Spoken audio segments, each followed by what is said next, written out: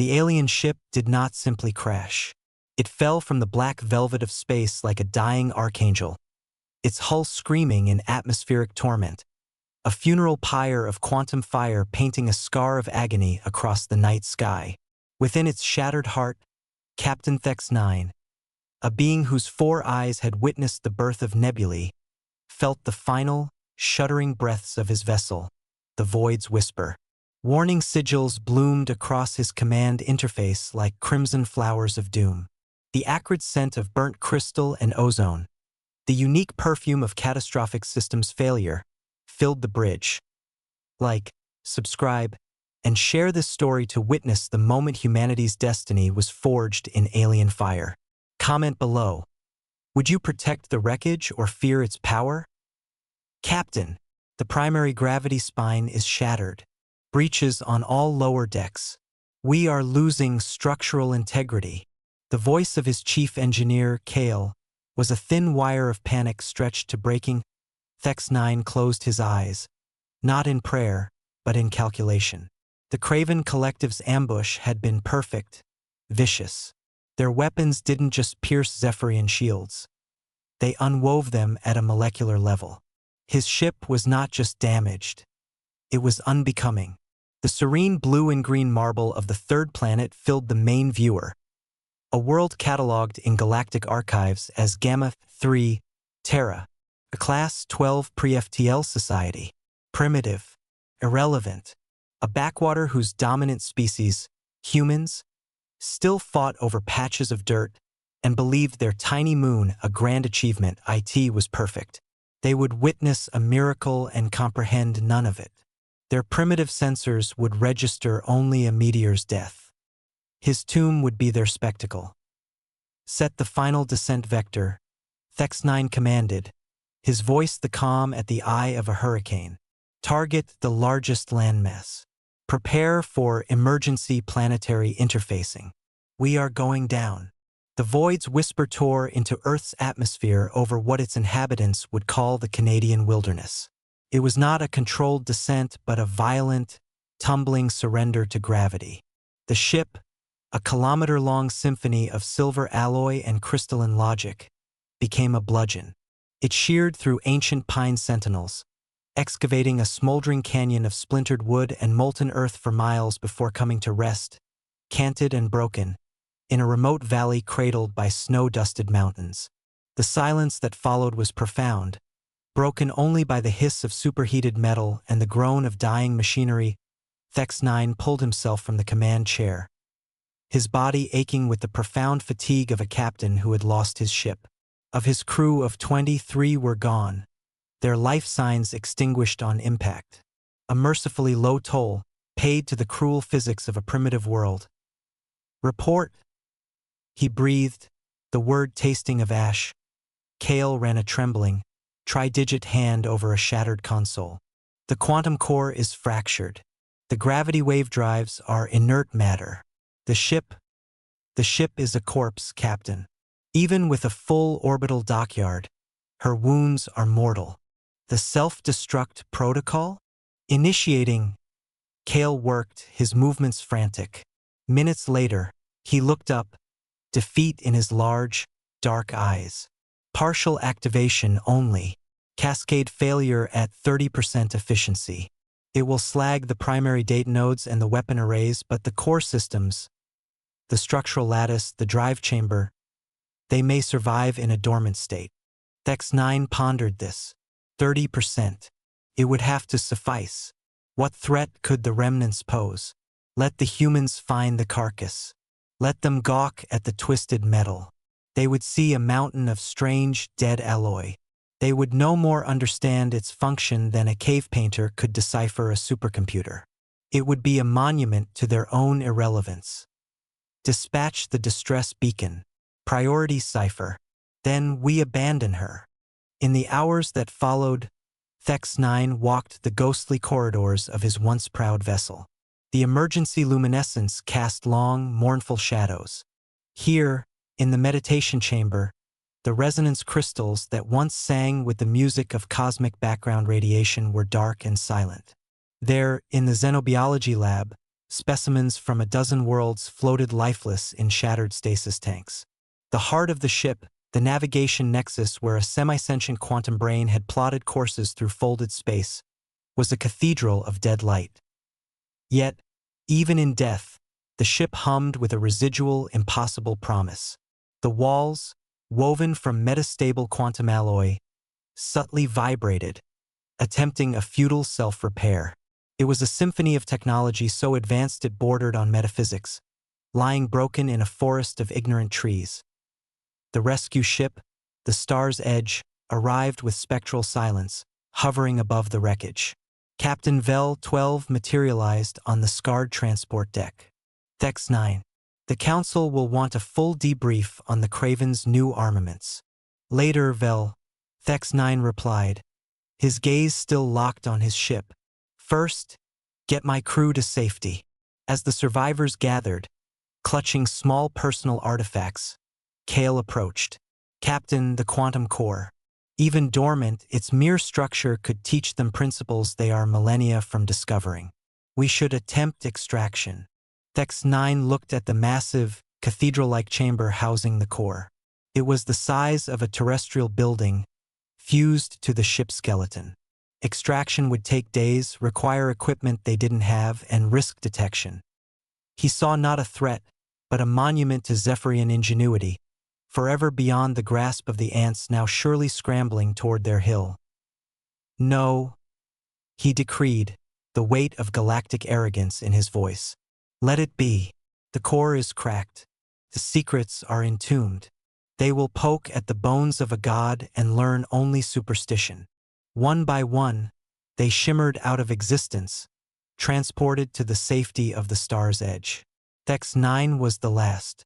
He stood in the ruined command center, placed a hand on the cold, dead console, and whispered a farewell not just to a ship, but to an era of certainty. Forgive me, old friend. He activated his transporter. The world dissolved into quantum static. Above, unseen by the departing aliens, human eyes were already watching.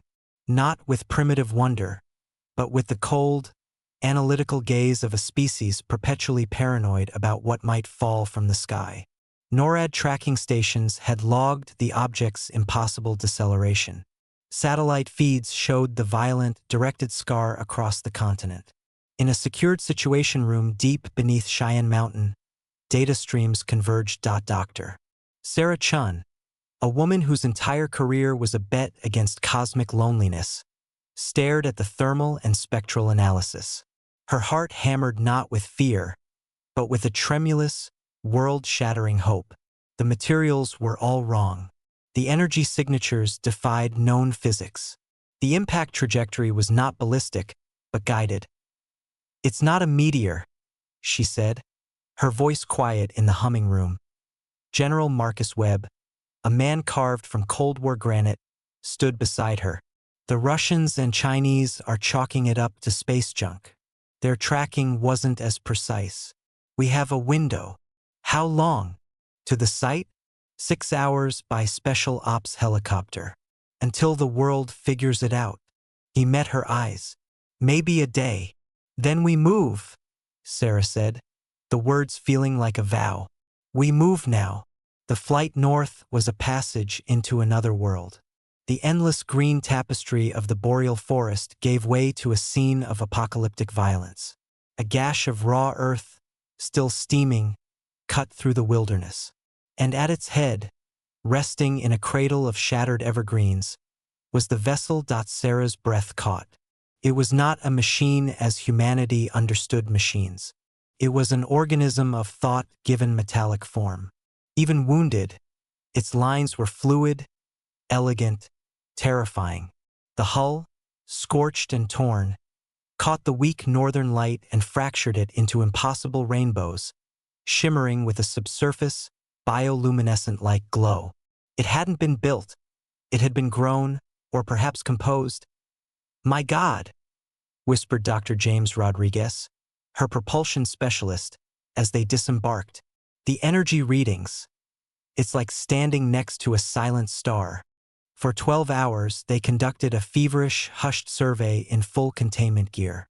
The air inside, maintained by failing alien systems, was breathable but carried an exotic, metallic tang. Corridors glowed with a faint, persistent blue light from strips embedded in walls that felt warm to the touch. They found control rooms with interfaces of seamless crystal, medical bays with devices that hovered in midair, and finally, the heart of the ship. James called her to the central chamber. "Sarah, you need to see this." She stepped into a vast space that dwarfed everything. In its center, cradled in a web of support struts that looked like spun glass, sat the quantum core. It was a massive, multifaceted crystal structure, pulsating with a deep, wounded amber light. A spiderweb of cracks marred its surface, but within its depths, pinpricks of light swirled like captive galaxies. "It's the engine," James breathed, his voice reverent. "But there's no combustion, no plasma.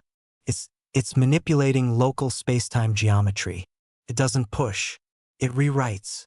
Sarah approached, her reflection warped in the crystal's fractured facets. Here it was, the key to everything. Freedom from gravity's tyranny. An end to energy scarcity. The stars themselves unlocked. It was Prometheus's fire, fallen not from Olympus, but from the void. "Can we move it?" she asked, the enormity of the question hanging between them. "It must mass thousands of tons, but with the right equipment, maybe. The question is, should we?" James looked haunted. "This isn't an artifact. It's a grave, and we're the grave robbers." Sarah turned from the core, looking at the graceful, alien architecture surrounding her. She thought of Thex 9, whoever he was, making his cold calculus. They are primitive. They will never understand. She felt a slow-burning fire ignite in her chest. Not anger, but defiance. "They left it here," she said, her voice hardening. "They wrote us off as irrelevant. They saw a forest and didn't notice the saplings already reaching for the canopy." She looked back at the dying star in the crystal. "We're not going to rob this grave, James. We're going to perform a resurrection. And we're going to teach the universe a new word: humanity." General Webb found her later, as teams began erecting a temporary base around the ship, a secret city in the wilderness. "Project Lazarus is green-lit," he said without preamble. "Full funding. Every black budget we have. We're bringing in the best minds from every nation we can trust. We're going to rebuild it. The damage is catastrophic, General. We don't understand the first thing about its principles." "Then we'll learn," Webb said, his gaze as steady as bedrock. "We didn't understand the atom before we split it. We didn't understand silicon before we built a global mind from it. We learn by doing, Doctor, by taking the impossible apart to see what makes it tick." He gestured at the ship, a leviathan of secrets. "They think it's scrap. Let's show them what humans can build from scrap." As night fell, Sarah stood alone outside the main entrance, a human figure before a slumbering metal god. The Milky Way stretched overhead, a river of distant suns. Somewhere out there, the owners of this ship were reporting its loss, dismissing this world as a footnote. She made a silent promise to the stars, a promise forged in steel and human will. "You underestimated us. You saw our infancy and mistook it for our destiny. You gave us a puzzle made of starlight and called it trash. We will solve it. We will improve it. And when you come back for your forgotten toy, you will meet its new masters." The alien ship, now codenamed Site X-ray, and hidden beneath a geodesic dome of radar-absorbent fabric and false forest canopy, ceased to be a mere crash site. It became a cathedral of human aspiration. For 6 months, the valley hummed with a new energy, not the silent, wounded thrum of alien technology, but the vibrant, chaotic, determined cacophony of humanity reverse engineering a god. Doctor. Sarah Chun moved through the converted engineering bay, now a surreal marriage of two technological epochs. Arc welders from Detroit sent showers of orange sparks over quantum crystalline conduits that still pulsed with faint, alien life. Fiber optic cables, like technological ivy, snaked across floors of self-smoothing metallic alloy. The air smelled of ozone, coffee, solder, and the never-fading sweet ozone scent of the ship itself. "Status," she called out, her voice cutting through the controlled bedlam. "Dr. James Rodriguez emerged from behind the massive, cracked quantum core, his face smudged with grime and awe. "The gravity drive. It's not just broken, Sarah. It's insulted. The Craven weapons didn't smash it. They introduced chaotic resonances, turned its perfect harmonic frequencies into a scream that tore itself apart." He gestured to a holographic schematic hovering above a human workstation. A crude, blocky interpretation of the elegant alien reality. "But the principle, my God, the principle. It doesn't create thrust. It selects a destination in the quantum foam and persuades spacetime to reconfigure around it. The ship doesn't move. The universe moves for it. Can we replicate it?"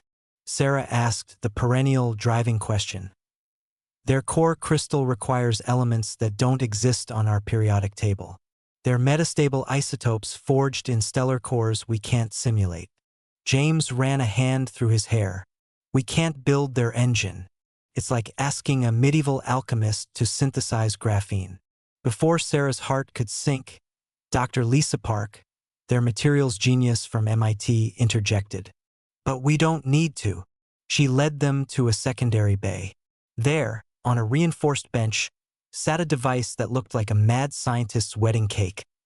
Layers of human superconducting magnets, interlaced with salvaged, splintered alien crystal shards, all wired into a human-designed feedback loop. They built for perfection. We're building for control. She flipped a switch. A low, teeth-aching hum filled the air. A wrench left on a stool 3 feet away slowly lifted, hovered, and began to spin lazily. It's a fraction of the power, maybe 1% of what the original could do. But we can adjust the field strength, modulate the frequency, shut it off without causing a dimensional rupture. Theirs was a masterpiece. Ours is a tool. This was the pattern, the emergent philosophy of Project Lazarus. They were not copyists. They were translators, and in translation, something new was born. In the medical bay, Dr. Eris Thorne was adapting the alien bioscanners. They can map a nervous system in attosecond resolution, track individual neurotransmitter pathways, he explained, showing Sarah a scan of a technician's hand that revealed not just bones and veins, but firing neurons and cellular stress markers. But their medical protocols assume a hexapital circulatory system and a silicate-based neurochemistry. Useless for us. So we strip out the assumptions, keep the sensing power, and feed the data into our own diagnostic AIs. He held up a prototype, a sleek human grip housing an alien sensor node. In 5 years, every doctor on Earth will have one. Cancer will be something we see years before it forms. The brain of the operation was the ship's neural nexus. Dr. Eli Vance, a pioneer in neuromorphic computing, approached it not as a machine but as a patient. Its intelligence is alien, not artificial but alternative. It thinks in quantum probabilities and multidimensional shapes. Direct interface gives humans migraines and the computer what I can only describe as existential nausea. His solution was a translation layer, a buffer of human-coded software that interpreted human questions into quantum state queries and filtered the ship's answers back into linear logic. It was slow, inefficient, and revolutionary. I asked it to optimize the power grid for our new hybrid life support, Eli said, pulling up a schematic. It didn't just give an answer. It designed a completely new type of room-temperature superconductor using elements we do have, arranged in a lattice it derived from the ship's hull geometry. It's learning from us, even as we learn from it. Yet, the most profound transformation was on the bridge. Commander Maya Cruz, test pilot turned starship captain-in-waiting, stood amidst the silent alien consoles. The control schema is for a being with 4 independent manipulators and a brain that processes tactical data as a gestalt sense, she explained to Sarah. For a human, it's like trying to pilot a fighter jet by conducting an orchestra while solving a chess puzzle. You'd redline and crash in seconds. Her team had not ripped out the alien systems. They had grafted onto them. Human tactile control yokes were installed before seats that adjusted for human physiology. Heads-up displays projected targeting vectors and engine telemetry in intuitive visual formats. "We keep their muscle," Maya said, a fierce pride in her eyes. "Their perfect, reactionless thrust. Their invulnerable hull material.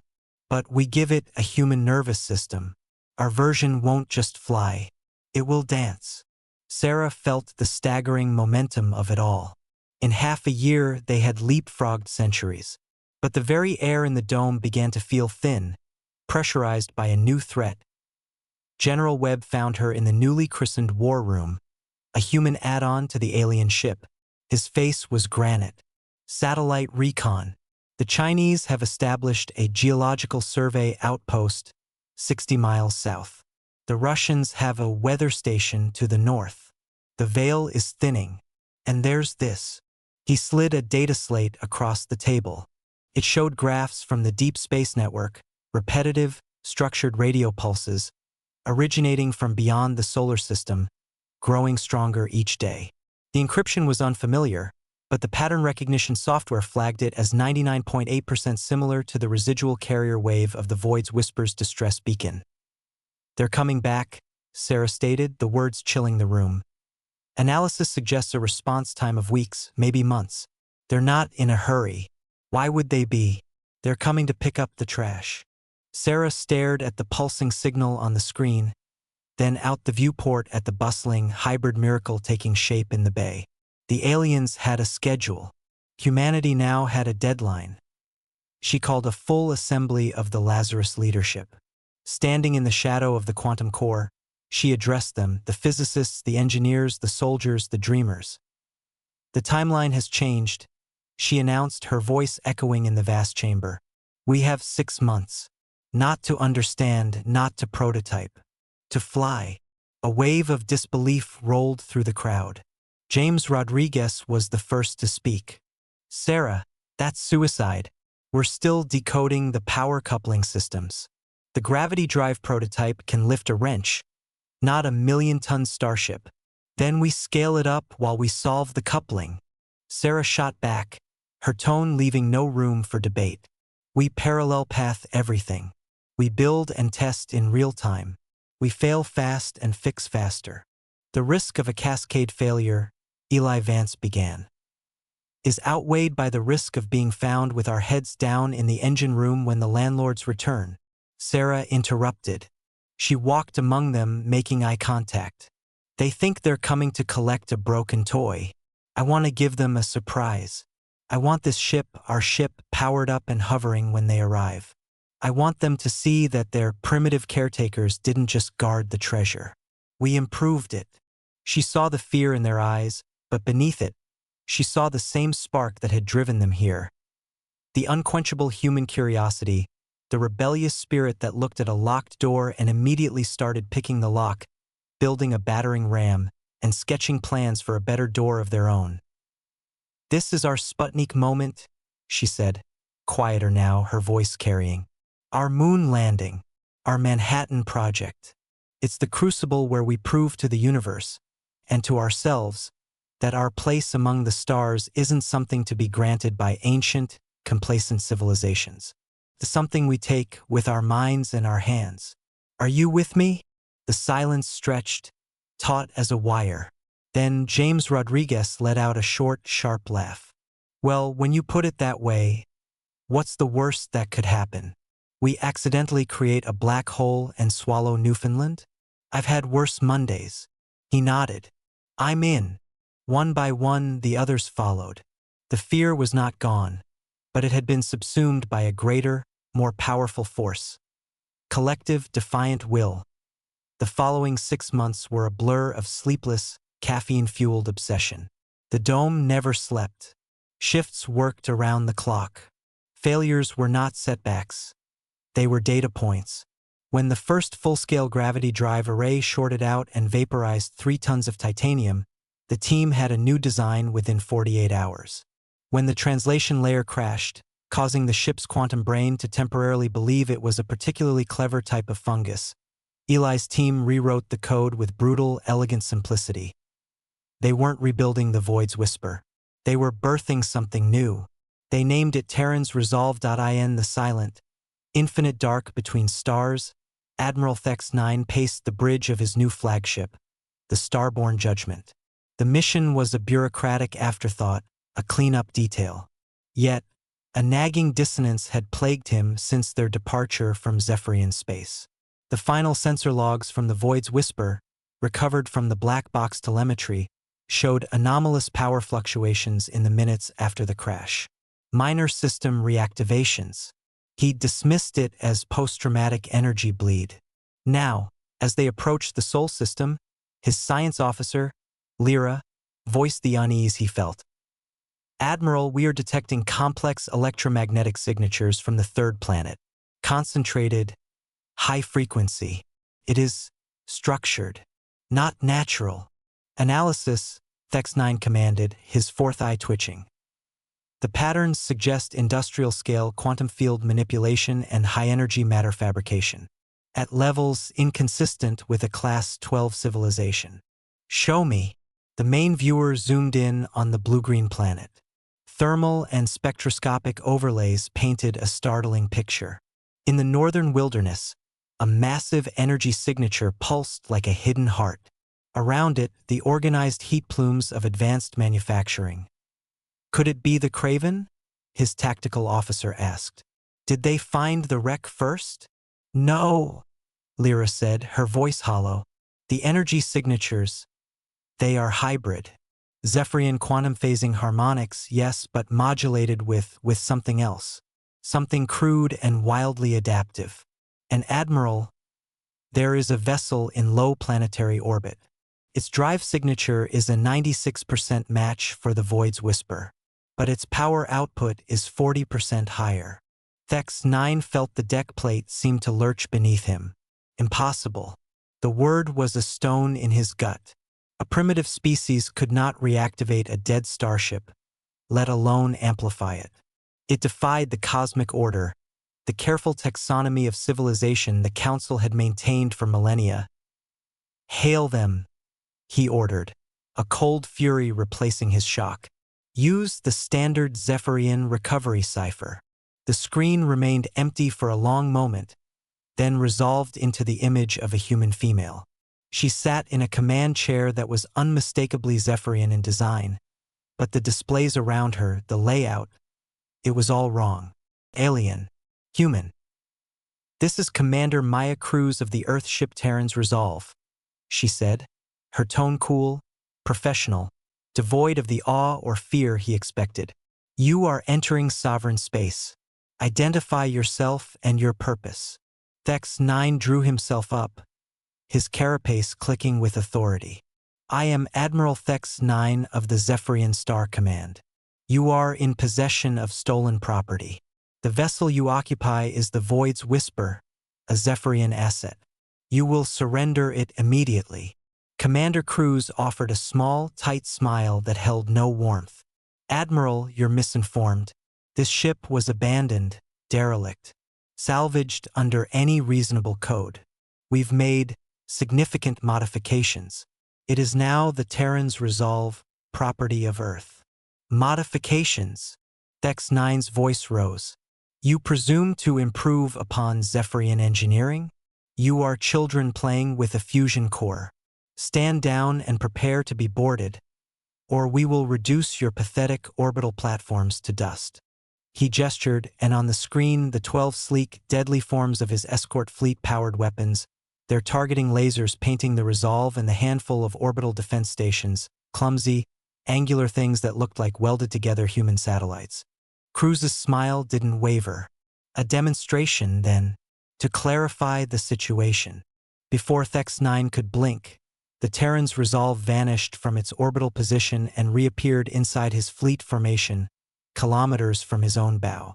The maneuver involved no visible thrust, no plasma wake. It was instantaneous. Teleport, a capability his own ships couldn't match. Your targeting systems are lagging by 3.2 seconds, Admiral. Cruz's voice came, now edged with steel. Our point defense would have neutralized 60% of your initial volley before your officers finished the firing command. Look at your strategic plot. X-9 glanced at his tactical display. The human orbital platforms were not stationary. They were moving, sliding into interlocking positions, their power readings spiking exponentially. They weren't simple guns. They were nodes in a coordinated defense grid, and their energy signatures mirrored the terrifying hybrid nature of the resolve. You have two choices, Cruz said. Withdraw, or become the first lesson in why uninvited guests are no longer welcome in our home. X-9's blood ran cold. This was not a negotiation. It was a presentation of facts. The primitives had not only fixed the ship, they had weaponized it with a terrifying, asymmetrical ingenuity. To attack was to invite annihilation. The shame was acid in his veins, but the tactical reality was inescapable. This is not over, human, he hissed, the words tasting of ash. It is for today, Cruz replied. You have 10 minutes to leave the system. Do not test my patience, Admiral. Terran's resolve out. The transmission died. In the ringing silence of his bridge, Admiral X-9, who had commanded fleets that pacified rogue stellar clusters, gave the most humiliating order of his life. Disengage. Plot a course for home. Maximum speed. As his fleet turned tail, a final, searing image burned into his mind's eye. The Terran's resolve hanging in the void, a monument to his catastrophic error. He had not underestimated human intelligence. He had underestimated their ambition, their sheer, terrifying will to reshape the universe to their desires. He had given them a single seed of fire, and they had used it to forge a sword. The silence in the Galactic Council's Grand Conclave was not peaceful. It was the stunned, ringing quiet that follows a seismic shock. Hundreds of delegates, insectoid, crystalline, gaseous, mammalian, stared at the holographic replay hovering in the chamber's center. It showed Admiral X-9's fleet, the gleaming spear of Zephyrian might, turning away from a single, defiant human ship. The data streams alongside told the impossible story.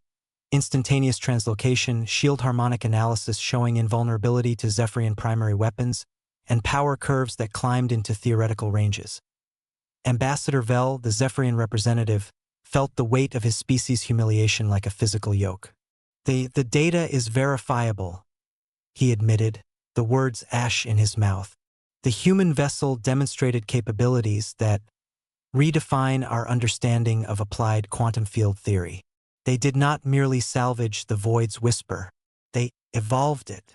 The council speaker, an ancient being of shimmering light known as the luminal, pulsed with a cold, analytical radiance. A Class 12 species, achieving such a leap in 3 planetary cycles. The probability was 0, yet it has occurred. The question before this conclave is one of categorization. Are they an anomaly, or are they a new variable? Before the debate could spiral, the chamber's primary communication array activated without authorization, a feat considered as impossible as a stone learning to sing. The image that resolved was not of a diplomatic envoy in ceremonial robes. It was of Captain Sarah Chun, now wearing the stark black uniform of the Earth Defense Force, standing on the bridge of a new ship, the EDF Vigilance. Behind her, the viewport showed not stars, but the skeletal frameworks of 3 more vessels under construction in a massive orbital dockyard. Honored delegates of the Galactic Council. She began, her voice clear, devoid of obsequiousness. My name is Captain Sarah Chen. I speak for Earth. We are aware of your deliberations. We are also aware that a craven collective armada of 53 vessels has altered course. They are now on an intercept trajectory for the Sol system. ETA, 72 hours. A wave of translated gasps and clicks rippled through the chamber. The Craven were the galaxy's apex predators, a scourge that had devoured a dozen young civilizations. Their technology was brutal, their tactics merciless. A single Craven world render could crack a planet's mantle. The luminous light flickered. "You are informing us of your impending extinction. For what purpose?" "We are not informing you of our extinction," Chen corrected, her gaze unwavering. "We are informing you of a test. Ours and yours." She leaned forward. "We are applying for full membership in the Galactic Council, effective immediately. Our qualification will be demonstrated in 72 hours when we stop the Craven. Not by hiding behind your millennial defensive packs, but by meeting them in the void. Alone." Vel found his voice, sharp with disbelief. "You have 5 ships, one of which is a modified relic. The Craven will tear you apart. This is not a test. It is a suicide." A ghost of a smile touched Chen's lips. Admiral Thex9 made a similar assessment of relative power. He was mistaken. Her expression hardened. The age where might makes right, where ancient civilizations dictate the fate of younger ones. That age ends now. If the Council stands by and watches the Craven attack a fledgling species seeking only to defend its home, then this Council is not a guardian of civilization. It is a museum of the past. We will fight with or without your blessing. But how you choose to act, that will tell the galaxy who you truly are. The transmission cut, leaving a void more profound than silence. At 72 hours later, on the frost-rimed bridge of the EDF Terran's Resolve, Commander Maya Cruz performed her final pre-combat check. The ship no longer felt alien.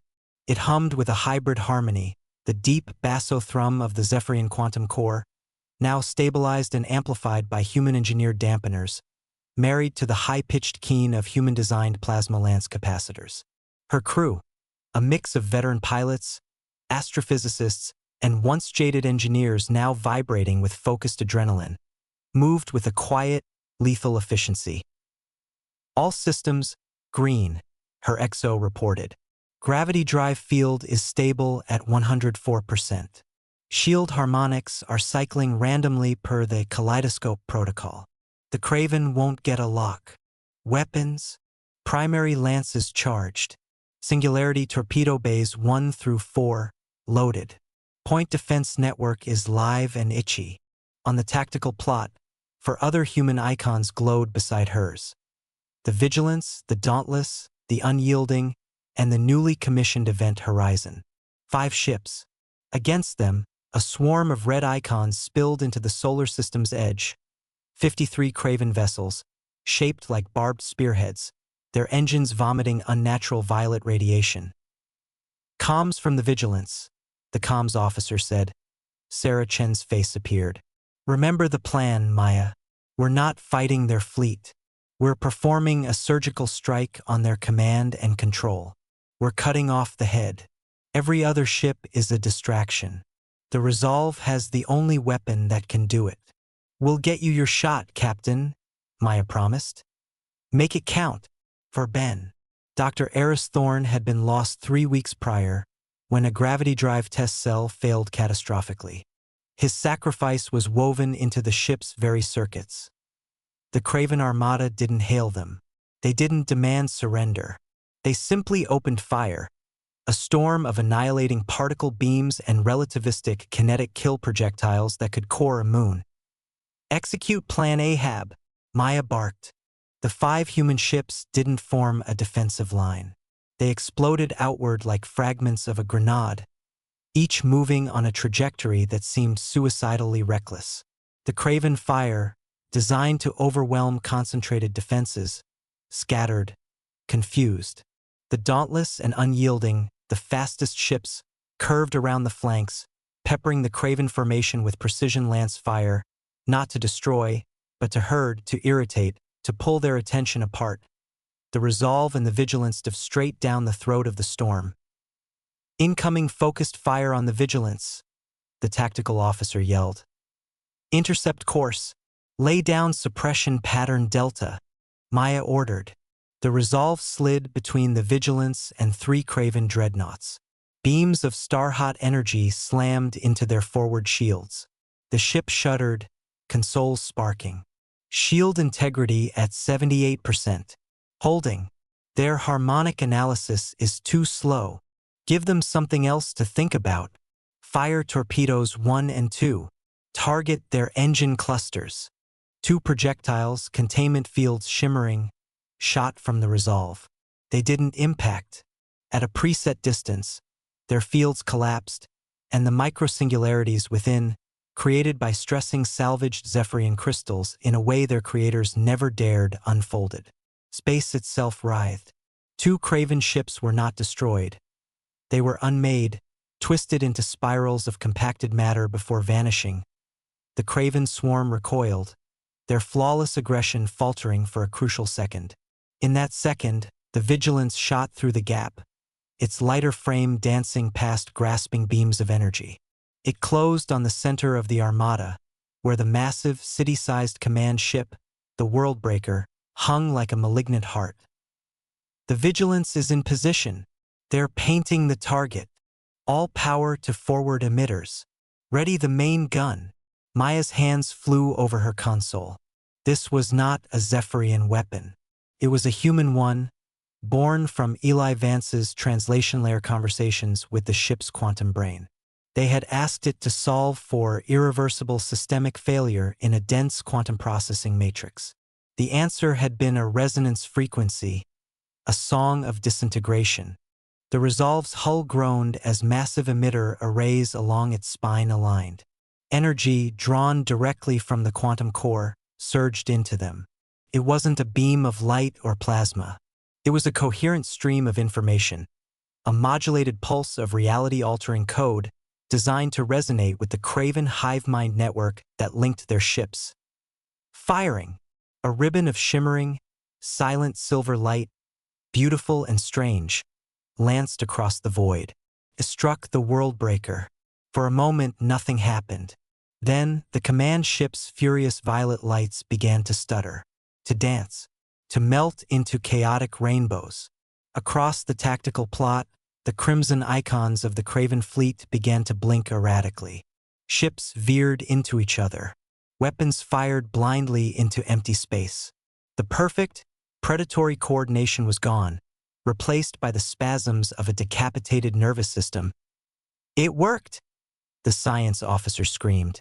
"The resonance cascade is spreading through their network. All ships," Maya shouted into the fleet-wide channel. "Press the advantage.